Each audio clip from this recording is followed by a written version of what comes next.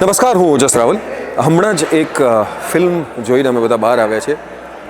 ક્યાર સુધી આપણે એમ વિચારતા રહીએ કે ખાલી કોમેડી હોય તો જ ફિલ્મોમાં મજા આવે, કે ક્યારે એક્શન કોમેડી હોય તો બી મજા આવે, કે કંઈક કોમેડી હોય તો. બટ એ કોમેડી કરતાં આપણને એવું ન થઈ જાય કે ભાઈ સારી પિક્ચર છે એમાં કોમેડી જ હોવી જોઈએ, એવું નથી. તારો થયો એક એવી ફિલ્મ છે જેમાં ભારોભાર મર્મની વાત છે, અને મર્મની વાત હૃદયસ્પર્શી છે. અને શેના વખાણ કરીએ ને શેના ન કરીએ.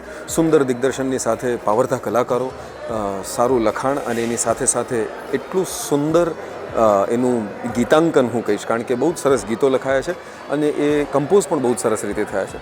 જે બાકીના જેટલા પણ સપોર્ટિવ કલાકારો છે એ લોકોએ બી સરસ અભિનય કર્યો છે. અને એક એવી ફિલ્મ છે જે એક એવો વિષય વસ્તુ કે જે આપણા વાસ્તવિક જીવનમાં પણ ક્યારેક કદાચ આવી શક્યો હોય, કદાચ આવી પણ ગયો હોય. એટલે ઘણા બધા લોકોના જીવનની આ વાત આમાં ઇટ રિફ્લેક્ટ્સ.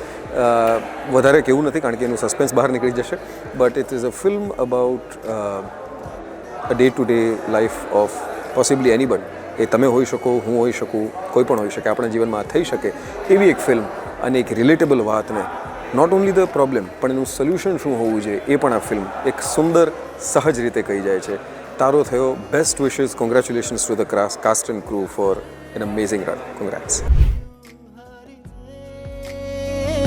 તારો થયો.